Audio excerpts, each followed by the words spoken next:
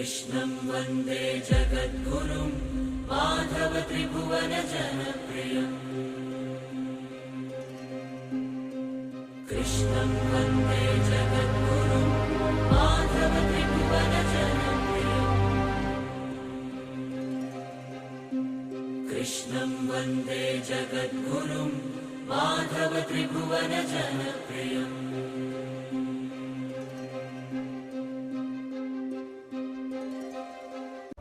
జై శ్రీకృష్ణ. గీతా పరిమళం అనే ఈ ఛానల్ వీక్షకులందరికీ మా నమస్సుమాంజలి. భగవద్గీత మీద ఉన్న అభిమానంతో చిన్న ప్రయత్నం ఆరంభించాం. అదేంటంటే భగవద్గీతలోని ఒక్కొక్క అధ్యాయం చదవడం వల్ల కలిగే ఫలితాన్ని చెప్పే ఉదాహరణ కథని వీడియోల ద్వారా అందించడం. భగవంతుడి అనుగ్రహంతో ఆ 18 కథలు పూర్తి చేసి మీ అందరి ముందు ఉంచాం. కృష్ణ భగవానుడు ప్రత్యేకంగా స్వయంగా చెప్పినటువంటి ఈ భగవద్గీతని మనం అందరం ఏదో విధంగా చదవడం అనేది మనకి శ్రేయస్కరం. ఎందుకంటే కృష్ణ పరమాత్మ చెప్పినది కేవలం అర్జునుడికే కాదు, అర్జునుడి ద్వారా ఆ చెప్పే విషయాలన్నీ మనందరికీ చెప్పారు. కాబట్టి వాటిని వినడం, చదవడం అనేది అందరికీ శ్రేయస్కరం, క్షేమకరం.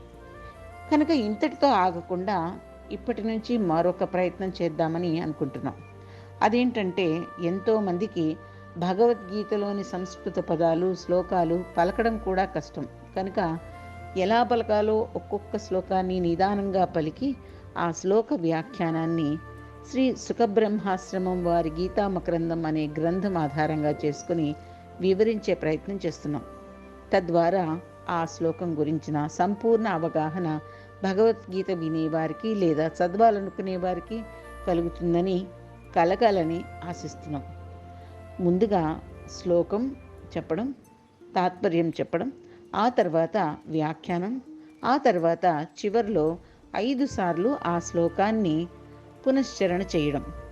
ఇది ఈ వీడియోలో ఉండేటటువంటి క్రమం.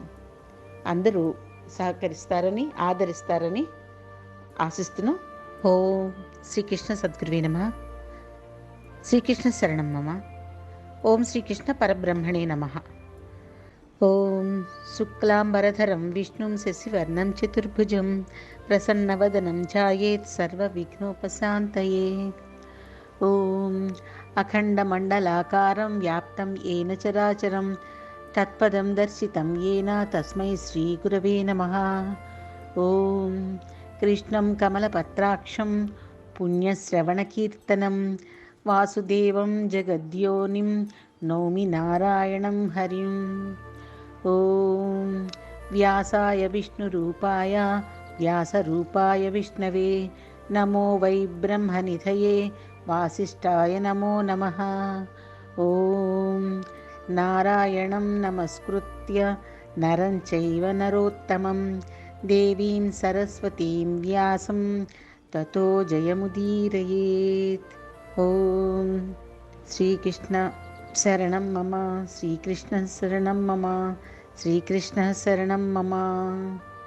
పార్థాయ ప్రతిబోధితాం భగవతా నారాయణేన స్వయం వ్యాసేన గ్రథితాం పురాణమునినా మధ్యే మహాభారతం అద్వైతామృతవర్షిణీం భగవతీం అష్టాదశాధ్యాయినీం అంబ త్వామనుసంధదామి భగవద్గీతే భవద్వేషిణీం. నమోస్తుతే వ్యాస విశాలబుద్ధే పుల్లారవిందాయతపాత్రనేత్ర ఏన త్వయా భారతతైలపూర్ణః ప్రజ్వలితో జ్ఞానమయః ప్రదీపః. ప్రసన్నపారిజాతాయతోత్ర వేత్రైకపాణయే జ్ఞానముద్రాయ కృష్ణాయ గీతామృత దుహే నమః.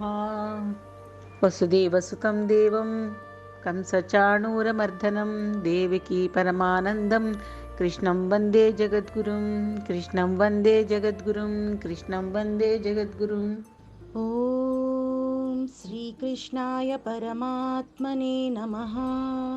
శ్రీమద్భగవద్గీతా అత ప్రథమోऽధ్యాయః అర్జున విషాదయోగః. 1వ శ్లోకం. ధృతరాష్ట్ర ఉవాచ ధర్మక్షేత్రే కురుక్షేత్రే సమవేతాయుయుత్సవః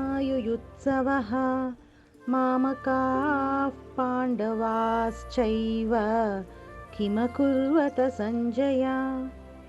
ధర్మక్షేత్రే కురుక్షేత్రే సమవేతాః యుయుత్సవః మామకాః పాండవాశ్చైవ కిం అకుర్వత సంజయ. తాత్పర్యం: ఓ సంజయ, నా వారైన దుర్యోధనాదులు, పాండుపుత్రులైన ధర్మరాజాదులు యుద్ధం చేసే కుతూహలంతో పుణ్యభూమి అయిన కురుక్షేత్రంలో ఏమి చేస్తున్నారు అని ధృతరాష్ట్రుడు సంజయుడిని అడిగాడు. ధర్మ శబ్దంతో గీత ప్రారంభమైంది. అది మంగళవాచకం. ధర్మం అనే పదాన్ని మొట్టమొదట ప్రయోగించడం ద్వారా శ్రీ వ్యాస మహర్షి గీతకు మంగళాచరణాన్ని గావించిన వాడయ్యాడు. ఎలా అంటే భగవానుడు ధర్మస్వరూపుడు. ధర్మ శబ్దోచ్చారణం చేత భగవన్నామమునే వ్యాసుడు కీర్తించినట్లయింది. గీతా గ్రంథం యొక్క లక్ష్యము, సారాంశము ఈ మొదటి పదంలోనే తెలియజేయడం జరిగింది. అదే ధర్మం. అటువంటి ధర్మోద్ధరణం కోసం లోకాన భగవంతుడు అవతరించుతూ ఉంటాడు.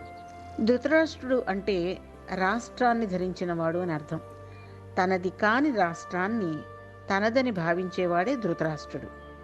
ఈ ప్రపంచము, దేహము, ఇంద్రియాలు, మనసు, బుద్ధి మొదలైనవి అన్నీ కూడా దృశ్యాలు అంటే కనిపిస్తున్నవి. అవి తాను కాదు. అజ్ఞాని తనది కానట్టి దాన్ని అంటే ఆత్మీయపరమైనట్టి దేహాది దృశ్యరూప రాష్ట్రాన్ని తనదిగా తలంచి దానిపై మమత్వాన్ని, అహంభావాన్ని కలిగి ఉంటున్నాడు. కనుకనే అతడు ధృతరాష్ట్రుడు. అజ్ఞాన భావంతో కూడి ఉండే వారందరూ కూడా ధృతరాష్ట్రులే అవుతారు. గీతా జ్ఞాన శ్రవణం చేత అటువంటి అజ్ఞాన రూప అంధత్వాన్ని రూపుమాపుకోవడం ప్రతివాని యొక్క కర్తవ్యమై ఉంది. అంటే ధృతరాష్ట్రుడు గుడ్డివాడు కదా, అందరికీ తెలుసు.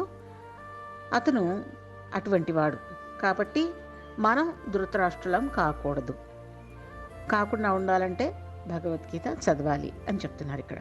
కురుక్షేత్రం ఇది చాలా పుణ్యక్షేత్రము. ఒకానొక సమయాన కురు భూపాలుడు ఆ ప్రదేశాన్ని దున్నడం చేత దానికి కురుక్షేత్రం అనే పేరు వచ్చింది. క్షేత్రమున ఎవరు తపస్సు చేస్తారో లేక మృతి నొందుతారో వారు ఉత్తమ లోకాలకి వెళ్తారని ఇంద్రుడు కురుకి వరమిచ్చాడు. అంటే కాబట్టి కురుక్షేత్రంలో జరిగిన యుద్ధం అంతా కూడా అక్కడ ఉన్న వాళ్ళందరూ కూడా పుణ్యలోకాలకి వెళ్ళారని మనం తెలుసుకోవాలన్నమాట. పూర్వము పరశురాముడు కూడా అక్కడే పితృతర్పణం గావించాడు. ఎందరో మహనీయులు ఆ స్థలంలో పెక్కు ధర్మ కార్యాలు ఆచరించి ఉన్నారు కాబట్టి అది ధర్మక్షేత్రమని పేర్కొనడం జరిగింది. ఇక్కడ ధృతరాష్ట్రుడు మామకాహ అని అంటున్నాడు. అంటే నావారు అయిన కౌరవులను గురించి ప్రత్యేకించి చెప్పడం వల్ల ఆత్మీయులైనటువంటి పాండవుల ఏడ ధృతరాష్ట్రుడు పక్షపాత బుద్ధి చూపించాడు అని తెలుస్తోంది. సంజయుడు అంటే ఎవరు? సంజయుణ్ణి అడుగుతున్నాడనమాట. మన వాళ్ళు ఏం చేస్తున్నారు, నా వాళ్ళు పాండు రాజపుత్రులైన వాళ్ళు ఏం చేస్తున్నారని అడిగాడు ధృతరాష్ట్రుడు. ఈ సంజయుడు ఎవరు అనంటే అతని పక్కనే ఉన్నటువంటి అంతరంగిక సలహాదారుడు అనమాట. ముఖ్యంగా దీన్ని రథాన్ని కూడా తోలేవాడే. సంజయుడు అన్న పదానికి అర్థం ఎంత బాగా చెప్తున్నారు చూడండి. సమ్యక్ జయము కలవాడే సంజయుడు. అంటే ఇంద్రియాదులను బాగా నిగ్రహించుకున్నవాడు అని అర్థం. అటువంటి ఇంద్రియ జయము పవిత్ర హృదయము కలవారికే గీతా జ్ఞానం వినడానికి, ఆచరించడానికి, బోధించడానికి చక్కని అవకాశం ఏర్పరచగలదని సంజయుని వృత్తాంతం చాటుతుంది. ఎలాగా ఈ సంజయుడు ఎందుకు చెప్తున్నాడు అంటే ధృతరాష్ట్రుడికి అక్కడ ఏం జరుగుతుందో తెలియదు కాబట్టి, వెళ్ళి చూడలేడు కాబట్టి వ్యాస మహర్షిని అర్థించాడనమాట. దాంతో ఏ విధంగా నేను ఎలా తెలుసుకోవాలి అంటే, నేను నీకు దివ్య దృష్టి ఇస్తాను, నీకు అన్నీ కనిపిస్తాయంటే వద్దొద్దు, నాకు కనిపించద్దు, అవన్నీ నేను చూడలేను కాబట్టి వింటాను కావాలంటేనని అన్నాడు. అప్పుడు సంజయుడు పక్కనే ఉంటాడు కాబట్టి సంజయుడికి దివ్య దృష్టిని ఇచ్చాడు వ్యాసుడు. అక్కడ కురుక్షేత్రంలో జరుగుతున్నదంతా సంజయుడికి తెలుస్తుంది దివ్య దృష్టి ద్వారా. అది అంటే రేడియోలాగా అలా తీసుకుని ఇక్కడ ధృతరాష్ట్రుడికి ఇచ్చాడు. ప్రతి మాట చెప్తూ ఉన్నాడనమాట ఆ విధంగాను. కనుక అతను ఎట్లాంటి వాడు, ఈ సంజయుడు రథం తోలేవాడు. అయినప్పటికీ కూడా అతనికి ఎంత మంచి అవకాశం వచ్చిందో చూడండి. అల్పజాతిలో జన్మించినప్పటికీ, అంటే సూత కులస్థుడనమాట. స్వకీయ యోగ్యత చేత, అంటే తనకి తానుగా తాను వృద్ధి పొందాడనమాట మానసికంగాను. హృదయ పారిశుద్ధ్యం చేత వ్యాసాది మహర్షుల యొక్క అనుగ్రహానికి పాత్రుడయ్యాడు. ప్రత్యక్ష గీతాశ్రవణ విశ్వరూప సందర్శనాది మహాభాగ్యాలను అన్నీ కూడా తాను పొందాడు. అంటే విశ్వరూపం చూపించినాడు కదా కృష్ణుడు, అది సంజయుడు చూడగలిగాడు. తీరా చూస్తే అతన్ని మహా గొప్ప బ్రాహ్మడు, ఎవరో రాజు అని కూడా కాదు. అతను ఎవరు అంటే రథం తోలేవాడు.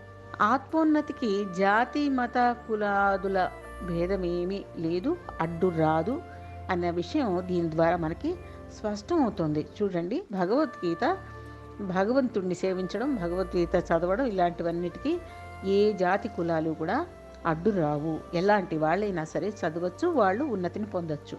ఇక దుర్యోధనుని జయాన్ని గురించి తెలుసుకొన కోరి ధృతరాష్ట్రుడు అడిగిన ధర్మక్షేత్రే కురుక్షేత్రే కిమకుర్వత సంజయ అనే గీత యొక్క ప్రథమ శ్లోక రూప ప్రశ్నకు సంజయుడు ఎత్ర యోగీశ్వర కృష్ణో ధ్రువ నీతిర్మతిర్మమ అని చెప్పాడు.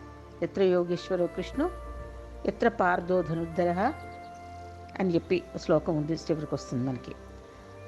ఎక్కడైతే కృష్ణుడు అర్జునుడు ఉంటారో అక్కడ విజయం తథ్యము అని దీని అర్థం అనే గీత యొక్క చివరి శ్లోకాన్ని ప్రత్యుత్తరంగా చెప్పదలిచిన వాడై తద్భావాన్ని పోషించడం కోసం అవాంతర వృత్తాంతాన్ని చెప్పడం ఆరంభించాడు. ధృతరాష్ట్రుడి ప్రశ్నకి తర్వాతి శ్లోకంలో సమాధానం సంజయుడు చెప్తాడనమాట. ధృతరాష్ట్ర ఉవాచ ధర్మక్షేత్రే కురుక్షేత్రే సమవేతాయుయుత్సవః మామకాః పాండవాశ్చైవ కిమకుర్వత సంజయ. ధర్మక్షేత్రే కురుక్షేత్రే సమవేతాయుయుత్సవః మామకాః పాండవాశ్చైవ కిమకుర్వత సంజయ. ధర్మక్షేత్రే కురుక్షేత్రే సమవేతాయుయుత్సవః మామకాః పాండవాశ్చైవ కిమకుర్వత సంజయ. ధర్మక్షేత్రే కురుక్షేత్రే సమవేతాయుయుత్సవః మామకాః పాండవాశ్చైవ కిమకుర్వత సంజయ. జై శ్రీకృష్ణ.